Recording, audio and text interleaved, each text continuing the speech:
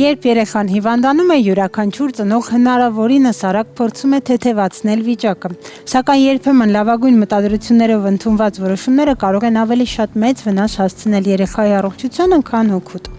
Ինչու է կարևոր խուսափել ինքնաբուժությունից, ինչով կարող է վտանգավոր լինել առանց բժշկի նշանակման դեղորայքի օգտագործումը եւ որոնք են այն սխալները, որոնք մանկաբույժներն ամենից հաճախ են հանդիպում իրենց առօրյա պրակտիկայում։ Այս եւ շատ այլ հարցերի շուրջ կզրուցենք իմ այսօրվա հյուրի Վարդան անձնորոշական բժշկական կենտրոնի մանկաբուժական ծառայության ղեկավար Անահիտ Ղուկասյանի հետ։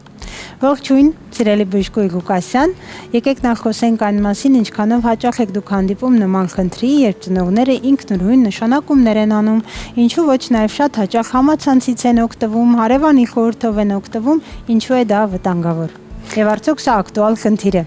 Ողջույն Հրիփսիմե ջան, իհարկե ակտուալ է եւ ավելին, եթե ժամանակին մենք սահմանափակվում էինք հարևանի բարեկամի խորհուրդներով, լավագույն դեպքում դեղատան աշխատակցի խորհուրդներով, այսօր այդ ամեն ինչին միացել է նաեւ համացանցը եւ շատ հաճախ ծնողները 1-2 գանգատներ համացանցում փնտրելով, համապատասխանեցնելով իրենց երեխաներին, որոշակի ախտորոշումներ են գտնում ու սկսում դեղորայքներ օգտագործել, որոնք երբեմն իհարկե որոշ դեպքերում ուղղակի արդյունավետ չեն, լինում են դեպքեր, որոնք նույնիսկ ավելի լուրջ հետևանքներ են թողնում, կարող են կողմնակի ազդեցություններ ունենալ, բարդություններ ունենալ, դեղորայքային ինտոքսիկացիաներ, թունավորումներ եւ բնականաբար ցանկալի չի նման երևույթների հետ առնչվել։ Իսկ առնչվել հաճախակի դեռ շարունակում ենք ցավոք առնչվել նման դեպքերի հետ։ Ասում եք ամենացավոտ դեպքերից ինձ թվում է, որ հակաբիոտիկներն են, ինչ կասեք այդ մասին, երբ ծնողը ոչ թե իր համար, այլ երեխայի համար ինքնուրույն կարող է որևէ խմբի ընտանիքի պատկանող հակաբիոտիկ գնի եւ օրինակ տա երեխային։ Ինչ կասեք այդ մասին։ Հակաբիոտիկներից սկսենք, հակաբիոտիկները այն դեղորայքների խումբն է, որոնք որոշ դեպքերում իհարկե արդարացված է օգտագործել, ունեն ապացուցողական հենք եւ այո, որոշ հիվանդությունների ախտորոշումների դեպքում իրանք կիրառելի են։ Բայց հաճախ ինքնաբուժության ժամանակ ամենաառաջին սխալներից հենց հակաբիոտիկների սխալ ընտրությունն է։ Հարևանի խորհրդով կամ ինչ-որ մեկի խորհրդով ում բալիկի մոտ որևէ խնդիր է ախտորոշվել, որի ժամանակ հակաբիոտիկները կիրառելի են եղել եւ այո, հիմնավոր նշանակված են եղել, հաճախ այդ նույն թերթիկը փոխանցվում է մյուս ծնողին ու այդ նույն թերթիկով նույն անտիբիոտիկը սկսում են օգտագործել։ Որոշ դեպքերում, իսկ մեծ մաս դեպքերում դա ուղղակի անհիմն է, որովհետև տարբեր վիրուսային վարակները սովորաբար երեխաների շրջանում ինքնալավացող պրոցեսներ են եւ որևէ սպეციფიկ բուժման կարիք չունեն։ Իսկ այն դեպքերում, երբ որ կարիք կա իրոք բուժում նշանակելու հակաբիոտիկների կարիքը կա, երեխաների պարագայում դա կոնկրետ որոշվում է քաշին, հասակին, տարիքին համապատասխան եւ ընտրվում է կոնկրետ անտիբիոտիկների խմբեր եւ կոնկրետ դեղաչափ եւ տևողություն։ Իսկ եթե մեկ թերթիկ է, որի վրա գրված է ստանդարտ 1 դեղորայք 1 դոզայով, բնականաբար դա սխալ է փոխանցել։ Ու կիրառելի չի։ Իհարկե կիրառելի չի։ Լրջագույն խնդիրների առաջ կարող են կանգնել, բացի այն, որ ինչպես նշեցի, որոշ դեպքերում արդեն անհիմն է ուղղակի օգտագործվում։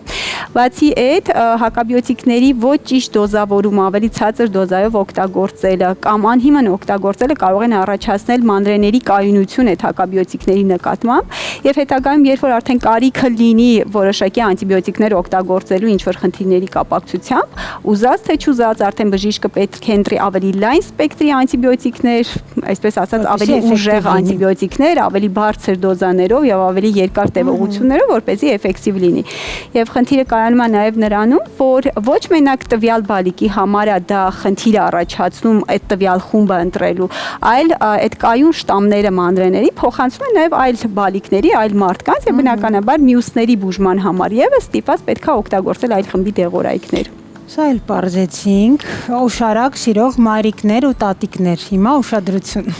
Սիրելի բժշկուհի Ղուկասյան, ինչու է վտանգավոր տալ ուշարակներ տարբեր ծագման, որովհետև ես գիտեմ շատերս ինքս մայրիկ լինելով ում երեխան կարող է շատ հաճախ երկար հազ ունենալ,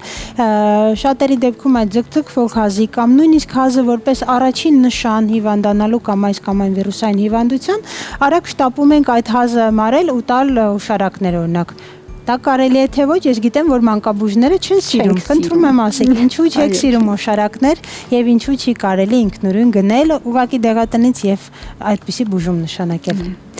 Ամենաառաջինը հիշենք, որ հազը դա ինքնապաշտպանական ռեֆլեքսն է եւ տարբեր ինֆեկցիոն process-ների ժամանակ հազի միջոցով փորձում ենք մենք շնչուղիներից հեռացնել խորխը, լորձը, ավելորդ ինչ-որ մասնիկներ, որոնք որ խնդիր են առաջացնում։ Եվ երբ որ ինչ-որ տարբերակով փորձում ենք այդ հազը ընկճել, սա իհարկե խորխաբերներին չի վերաբերվում, մյուս խումբն է, հազը ընկճող դեղորայքներն են, կամ օգտագործել որևէ սիրոպներ, մենք ազդում ենք ուղղակի մեր ինքնապաշտպանական մեխանիզմի վրա։ Հազը ընկճելով չենք թողնում, որ հազան ազատվեն այդ ավելորդ խորխից եւ լորձից, դա կուտակվում է շնչուղիներում, որը արդեն նպաստավոր միջավայր է երկրորդային ինֆեկցիայի միանալու համար եւ հաջորդ этаպում կարող է ուղղակի թոքաբորբ զարգանալ, եթե ի սկզբանե չունենք։ Ինչ վերաբերվում է խորխաբերներին, շատ հաճախ, երբ որ ծնողները օգտագործում են տարբեր խմբի խորխաբեր օշարակներ, բալիկները սկսում են ակտիվ հազալ, խորխ անել ու տպավորությունը այնպիսին է, որ այո, այդ խորխաբերը սկսեց աշխատել, խորխը դուրս է գալիս։ Իրականում առաջանում է շատ ավելի մեծ քանակությամբ խորխ այդ դեղորայքների օգտագործման հաշվին եւ լավագույն դեպքում սկսում ենք ավելի շատ հազալ, ավելի շատ խորխով հազալ, ավելի երկար հազալ եւ այդ պատճառով էլ հիվանդությունը ավելի ձգձգվել։ Դա լավագույն դեպքում, իսկ վատագույն դեպքում ավելի փոքր տարիքի բալիկները, ովքեր որ չեն կարողանում ավելի ուժեղ հազալ, կամ որոշակի խնդիրներ ունեցող բալիկներ, ովքեր ունեն նյարդամկանային խնդիրներ եւ այդ ակտիվ ուժեղ հազալու հմտությունը չունեն, այդ պարագայում էլի ստացվում է, որ շատ ավելի արտադրված խորխը կուտակվում է շնչուղիներում ու էլի դառնում երկրորդային ինֆեկցիայի միացման համար լավագույն պարարտ հողը։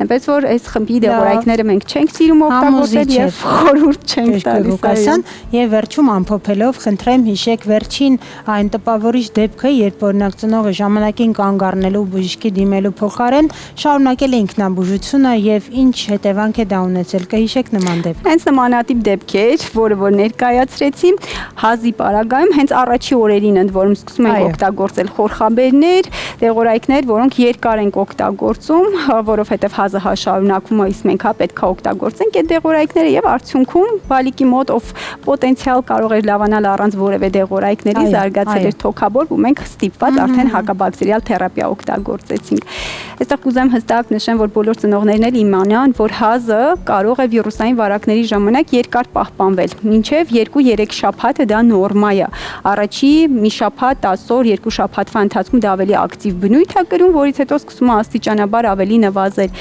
Այնպես որ պետք չի շտապել, փորձել օր առաջ ավելի ազատվել այդ հազից, ուղղակի հիշենք, որ մեզ ժամանակ է պետք որոշակի, որի ընթացքում մենք ինքնուրույն կլավանանք։ Իհարկե խոսքը չի վերաբերվում այն դեպքերում, երբ որ նկատում ենք ավելի վտանգի նշաններ, երբ որ հազի հետ բարձր ջերմություններն են պահպանվում, երկարատև, առանց դրական տենդենսի, եթե հեվոց կա, դժվարաշնչություն եւ այլն, այո, այս դեպքերում իհարկե միանշանակ պետք է օր առաջ դիմել բժշկի։ Հաղորդագրությունը հնչեց այսպես, թույլ տվեք, որ օրգանիզմը լավանա, մի խանգարեք։ Շնորհակալ եմ շատ հետաքրքիր լուսաբանման համար։ Մեր արդեն սիրելի դարձած մանկաբույժ Անահիտ Ղուկասյանը այսօր խոսեց այն սովորույթների մասին եւ ինչու ոչ այն ցանկության ծնողի օգնելու երեխային, բայց երբեմն այդ սովորույթները կամ հարևանին, ինչու ոչ համացանցին լսելու դեպքում կարող ենք նույնիսկ վնասել մեր փոքրիկներին, այնպես որ մասնագետի հետ խորհրդակցելը եւ կապը պահելը միշտ առաջնահերթ է։ Շնորհակալ եմ շատ, իսկ մենք գնացինք առաջ։